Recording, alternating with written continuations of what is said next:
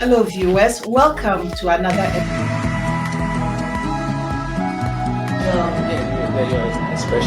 So, if you all don't know Brantford, Brantford is a community about an hour, 15 or 30 minutes west of Toronto, off the 403. It is a beautiful, beautiful community. And we have the mayor of Brantford, Kevin Davis. He's so cute. Now you're embarrassing. We have the mayor in. Welcome. Well, thank you very much for inviting me. And I think probably every show should be about. You know what? So this is a part of the Focus on Brantford show that is like, okay, the mayor is coming. Let's put Brantford on the map and let's talk about our beautiful here. But in so speaking to there's many issues that we are also pertinent issues that we're going to talk about. So for those who are new to Brantford, those who really don't know Brantford and the mayor, please break it down for us. Who is Mayor Kevin Davis? Well, I am the mayor of the City of Brantford. It's a city of about 100,000. It has a very long history going back into the early 1800s, actually. Mm-hmm. And so I'm there, and I've been the mayor the last 4 years.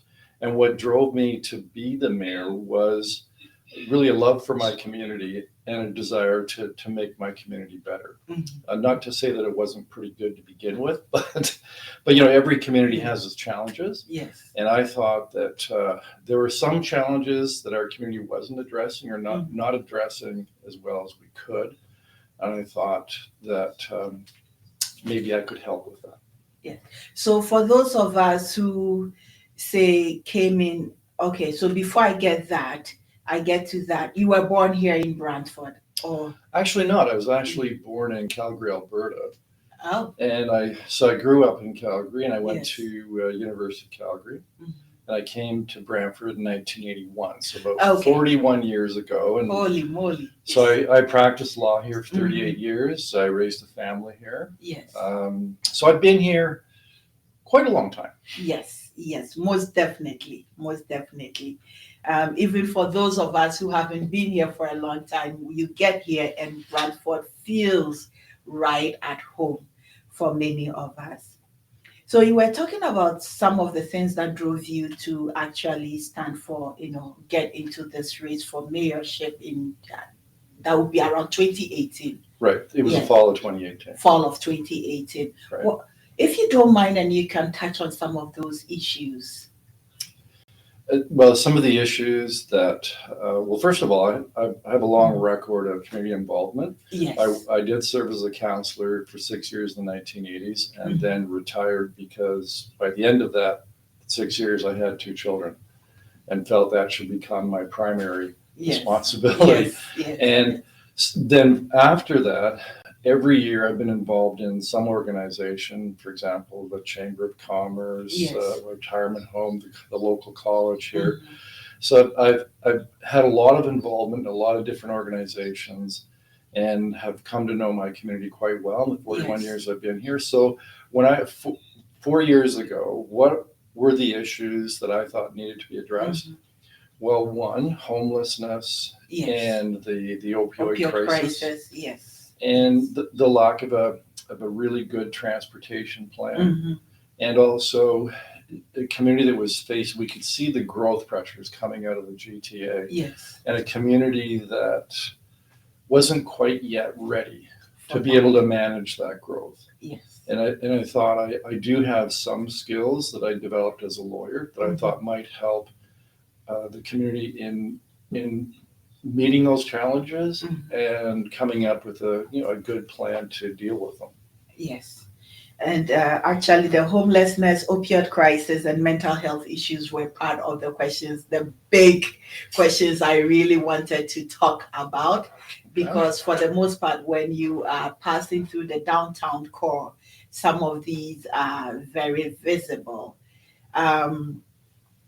However, I would say that since 2013, myself, having looked at the transformation of the downtown core, it maybe on the surface, and this I should say, on the surface, to me, it looks like things are being, worked at. What are some of the things that you are working at to help resolve some of Well, these first of issues? all, the history of our downtown is very similar to many other communities in Yes. Ontario.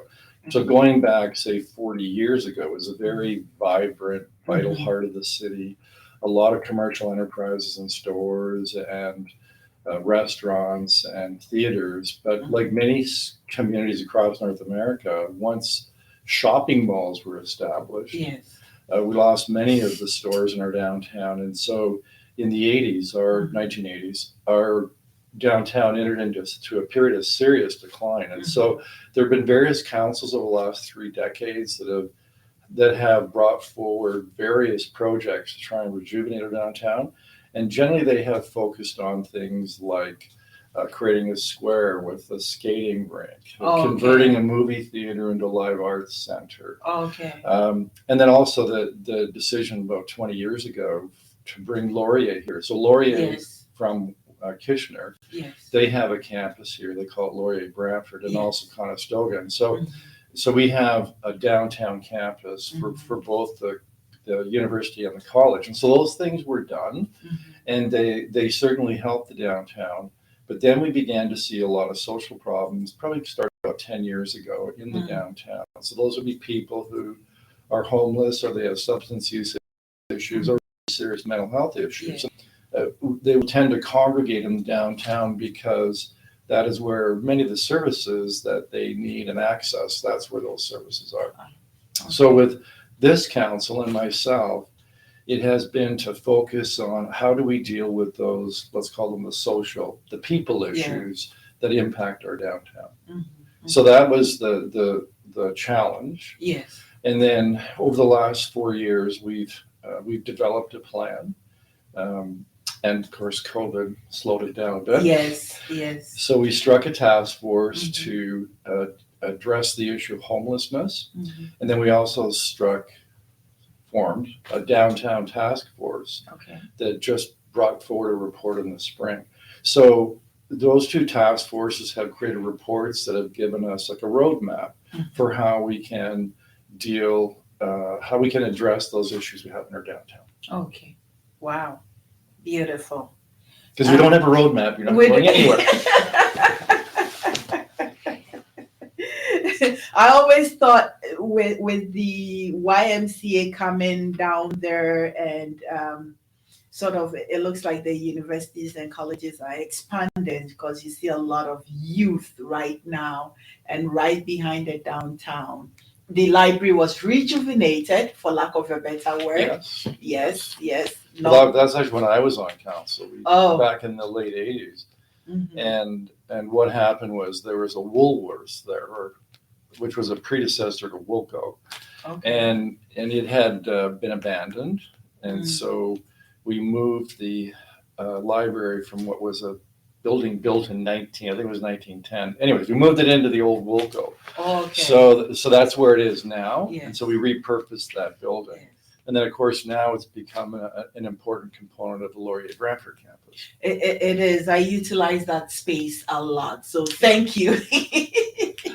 Thank you. So let's see that it says Brantford. So you want to talk about what the plan says about the downtown? Yes. Yeah. So we looked at other communities having a downtown plan. We're not unique in that sense.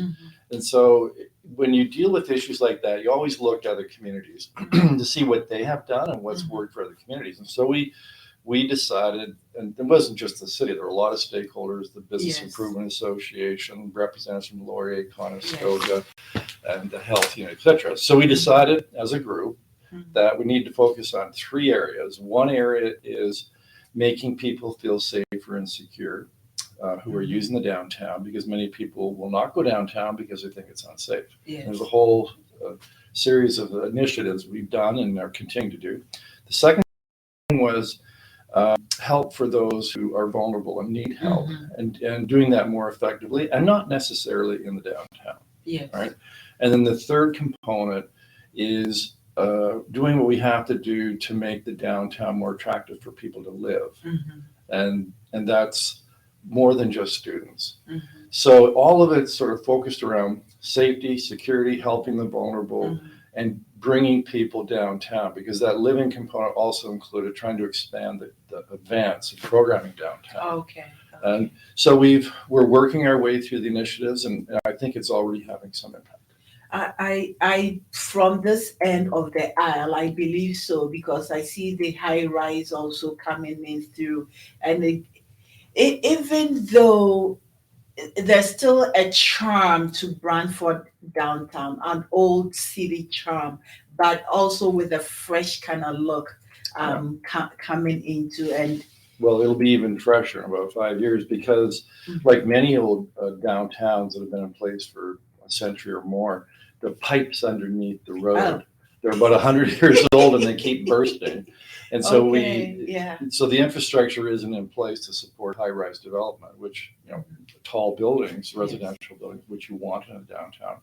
And so over the next 5 years, the city's spending about $30 million to two major roads, and basically pulling the roads up, replacing all the pipes, and then redoing the road and the sidewalks and the lighting. And so there'll be a consistent theme through the downtown that'll reflect our history, but also give the downtown a more modern look, but based on our history.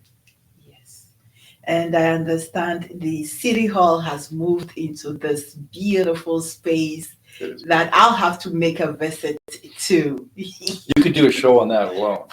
It's a building that's 100 years old, and usually when a city hall moves, it's moving to a big new building. We decided to move into a building that was the post office. Had been there about 100 years and had been not abandoned, but no longer used by the federal government. And so City Hall is now in that building. It's a beautiful historic building. It's worked really well for this new City Hall, and it reflects our history. And by having the City Hall in this building, we're making sure that it's there for another 100 years. Beautiful, beautiful. And there's parking. And there's parking. So I was doing a bit of research, and Brantford ranks at 20% of the best places or communities to live in Canada. In your view, why is that? Where does it rank? Because I hear a lot of different rankings. 20%, top 20%. Yes. A couple of factors. One, I guess it's location. We're centrally located, probably about halfway between Toronto and London, Ontario. Yes. And then to our north, we have Kitchener-Waterloo. And then to the south, about an hour away, beautiful Lake Erie and the shores of the northern shores of Lake Erie. So and also we have the Grand River that runs through Brantford, a very historic, beautiful river. So we have we have location, we have natural features that make the community quite attractive. We also have a very vibrant local economy. We have one of the lowest unemployment rates in Ontario. And also the housing here, although very expensive, it is less than most parts of the Greater Toronto area. Yes, that is right. Now it's and also there's many newcomers that come to Brantford. They tell me they also like the fact that it's a slightly slower pace than it is, say, in Toronto. It is. There's less traffic, there's less congestion, and there's more of what's called a community spirit. There is. However, that is changing. So my next question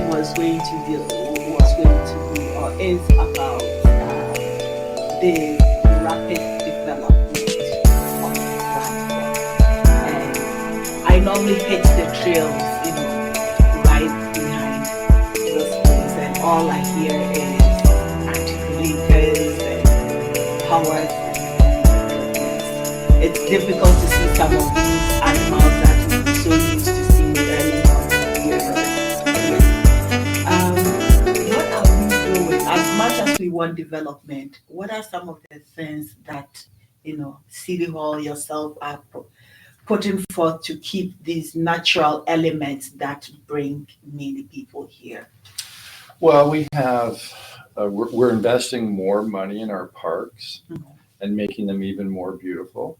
And certainly those areas of the city that have unique heritage, unique environments, such as the River Valley, that is protected by both the city and the Grand River Conservation Authority. Okay. And then the areas that the city is expanding into, the northern part of our city. There's a beautiful ravine system that runs through part of those lands. And in the plans we're developing for those lands, there is quite a lot of protection built in to protect those natural areas. We've increased the buffer, like the distance in those areas and the residential development, more than what you see in other parts of the city. And also in those lands, there's an aquifer underneath some of those lands.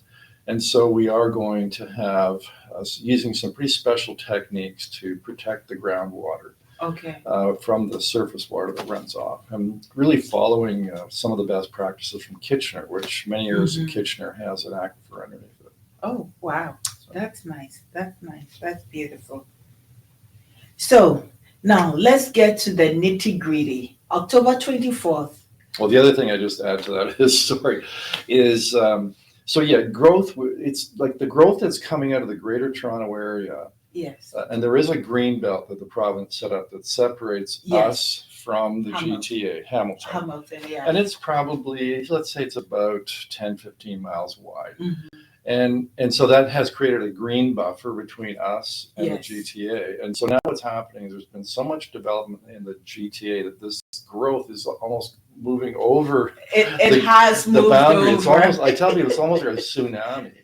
And it's happening everywhere, whether you're Oshawa or Pickering or Barrie or, Guelph, that sort of thing. So, you learned, you accept that the growth is going to happen. We're part of the fastest growing area in North America. And even Simcoe. And Paris, so you know what's going to happen. So you can't prevent it from happening. And if you don't do something to accommodate it and manage it, then the cost of your rental costs, the cost to rent an apartment, the cost to buy a home will just skyrocket. Yes. It's because that's a supply and demand. Yes. So So the homelessness, I was doing, when I was doing the research, there was the Arrodale TIF. I'll call it a TIF. But it's still going on because it needs to. The cost of housing is really, at one point in time, it was say $1,400 or $50, maximum $1,600 to rent a 4-bedroom house for a family. Right. When all this started, it just skyrocketed to over $2,000. So for a family that cannot afford, that really puts families, children at risk of having shelter and even the basic necessities of food. So what is the plan moving forward for the Shellard? Is it Shellard Lane? Yeah. Yes. Well, why don't we talk about rental? And so if you look at the rental market, it covers people from many different walks of life and many different needs. And so what the city does, what the city builds with the County of Brant, are developments that serve the needs of those who are most in need, those who are on Ontario Works, who are on Ontario Disability. And so they cannot pay market rent. Yes. And so their rent is what's called geared income, or maybe subsidized. Yeah. And so it's the city's responsibility to build those developments. And it's very expensive. And when we came into office 4 years ago, there really was no coherent plan to build, other than a plan that just said, well, if the federal provincial governments give us some money, we'll do something. And so we decided that wasn't good enough. And so we developed a pretty robust plan to develop 1,000 units over 10 years, particular part of the rental market. And it costing a lot of money to finance, well over $100 million. And so to avoid slamming the property taxpayer with a huge property tax increase, we decided to take our second golf course, and we're the only city our size in Canada that has 2 golf courses, and have sold it. And the money from that, including the property tax over the next 10 years, will go into that housing fund, about $30 million.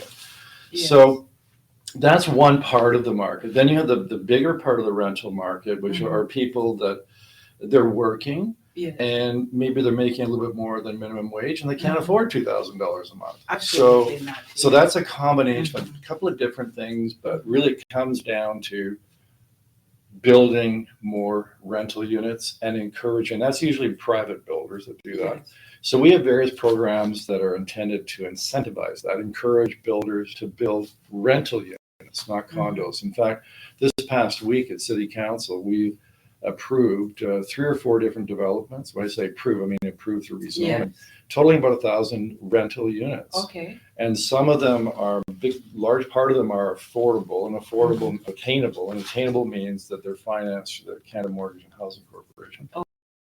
Okay. And that's money that goes there. And in return for that, they have to provide for 20 or 30 years units that have reduced rent.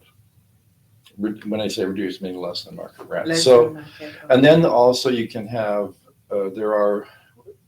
we really had no rental developments in Brantford for a decade or two. Yeah, so we have another program. It's a tax relief program that's helping to relieve development charges for certain types of rental buildings. So we've done a lot. We've got plans in place. We're beginning to see the impact of that now.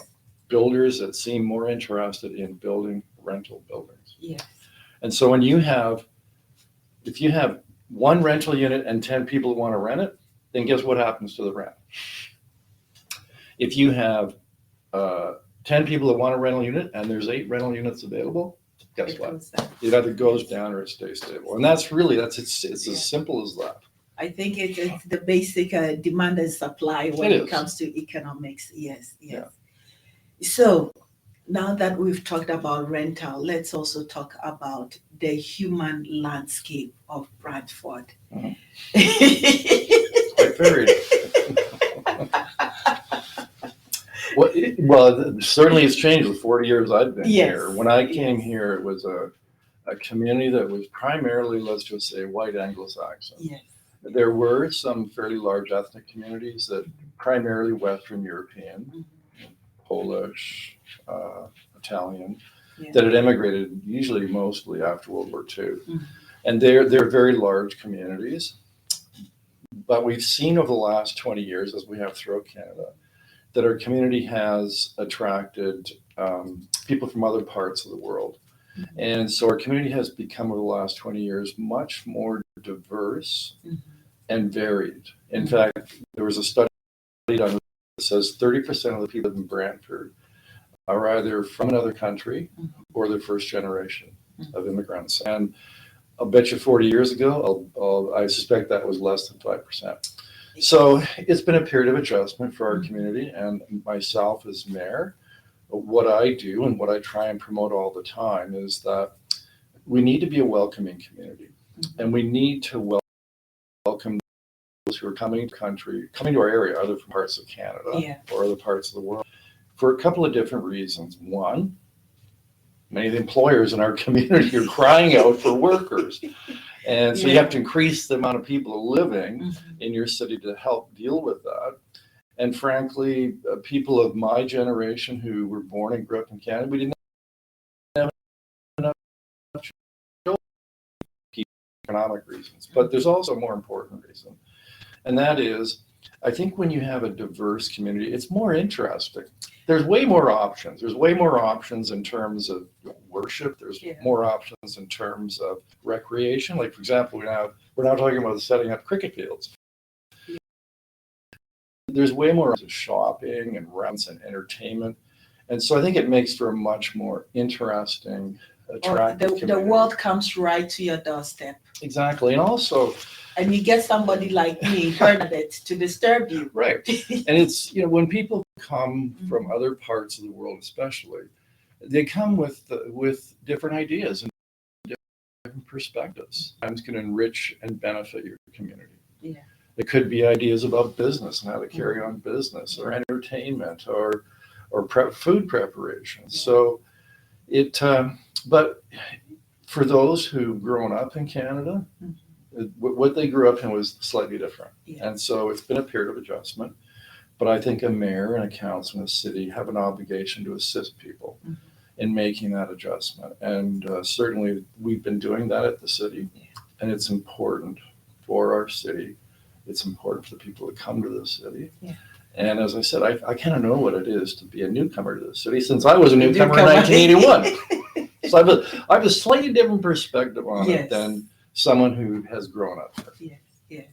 And if from my point of view, I think Brantford is getting the best of both worlds, in the sense that many of those coming in, say, professionals coming to this part, myself included, professionals coming in, and that changes the dynamics of, the expectations of Brantford and the future of Brantford, most definitely.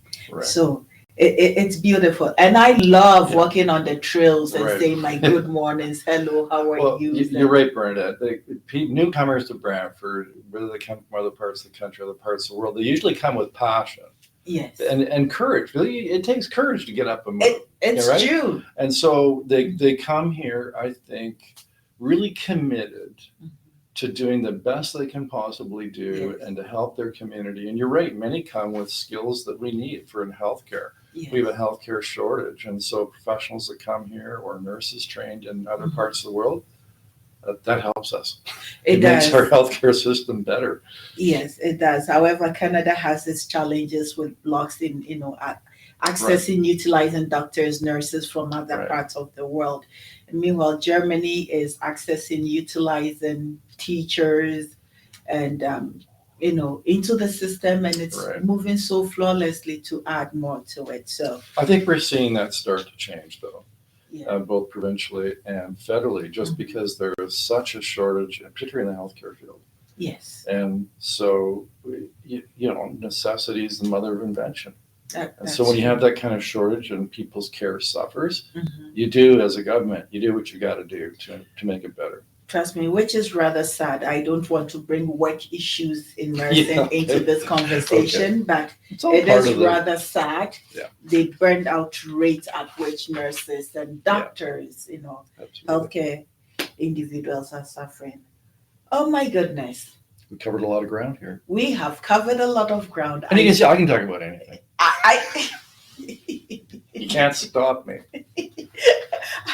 We will do the City Hall one. And then you'll be home. Oh, we'd have to do that on location.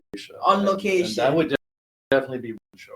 Yes, my user will be very happy with that. He's already smiling. Hi, guys. I want to say a very big thank you to the mayor of Brantford, Kevin Davis. October 24th. Yes. We didn't talk even about that.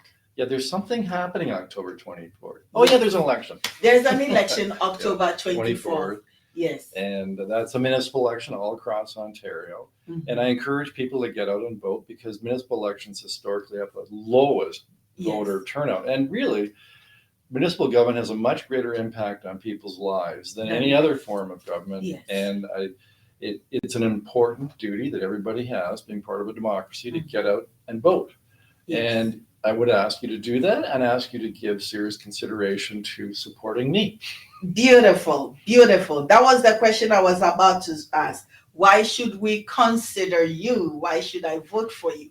Well, what you do, I think if you look at my record, you'll see a mayor that's pretty committed, very hardworking, and I try to approach problems that we have, and opportunities too that we have, and try and bring to it everything I've learned over my 65 years, which is I've done a lot of different things. You're 65? Yeah, I'm actually 67. Oh, no, we don't have to say that. But so I think the record of the last 4 years shows that I've been an active mayor in making this commitment. But what's also interesting is it really takes about a year or two to figure out how to be a mayor. And I've learned, and all the way through my life, I've been in a lot of different situations. And what you have to do to succeed in life is you rise to the challenge, and you innovate and adapt. You get better. And I think I have gotten better. I think I'm a better mayor, and it's interesting what part of me has improved. And I would never have thought this 4 years ago, but my life as a lawyer was driven by logic. Yes. right? And emotion was put to the side Yes. in my professional life. And what I've realized is when you're an elected official, certainly logic is quite important, but also you have to account for the emotional side of every issue. And that's something that I've had to adapt to. And I think I've actually grown as a person through this process, and that I'm better connected to my human side. Now and that lawyer logical part of my brain has had to make room for other considerations. Beautiful, beautiful, beautiful. I think I'm being signaled, so thank you so much. October 24th, there's an election, municipal. Make sure you vote. Yes. And all the information will be on the Brantford city website. All information you need is there. Right. I've checked it out. Right, and if you're interested in seeing my position on some issues, we have a website, Davis for Mayor, and on that we run 2 or 3 blogs that are done in kind of conversational style, talking about some of the same issues we just talked about today. Okay. Beautiful, beautiful. Guys, this has been the Nana Yaa Yeboaa Show. If you watched and you heard the name Bernadette, yes, that is me as well. Oh, I supposed to use another name. So that is me as well. So the show is you have many personalities left. Actually, this has a little bit of, how do you call it? You have your English name that you go to school with, and then you have your home name. So home is Nana Yaa Yeboaa. Okay. Well, maybe we should do a show and I'll interview you. Tell me when, where, and I'll be there. Yeah. Yes. Thank you so very much for taking time out of this hectic time of yours. I know you got to bounce, as the young people say. Right. And we will catch up with you on the trail or in office one of these days. Thank you so much. Okay, Any last stuff for your viewers and supporters? Just as I said before, just get out there and vote. Get out there your democratic rights. Yes. Okay. Thank you, and we'll be back with you on Focus on Brantford on a different topic, different issue next time. Please like, share, and subscribe if you haven't. If you're in Brantford, please help promote this program. This is Focus on Brantford with the mayor in the house. In the studio. In the studio. In the studio. Yes.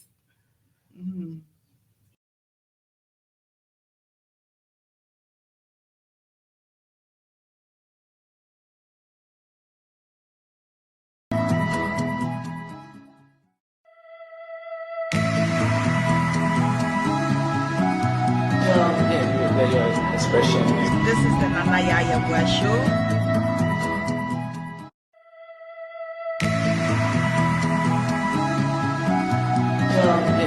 Your expression. This is the Nana Yaa Yeboaa Show.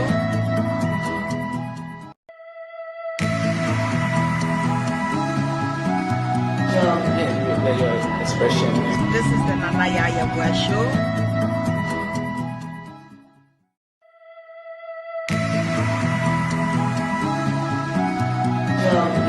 Your expression.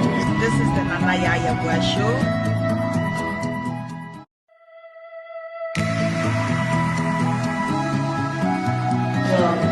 Your expression. This is the Nana Yaa Yeboaa Show.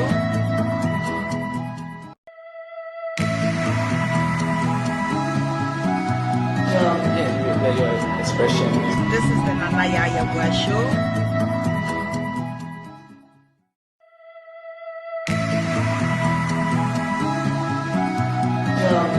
Your expression. This is the Nana Yaa Yeboaa Show.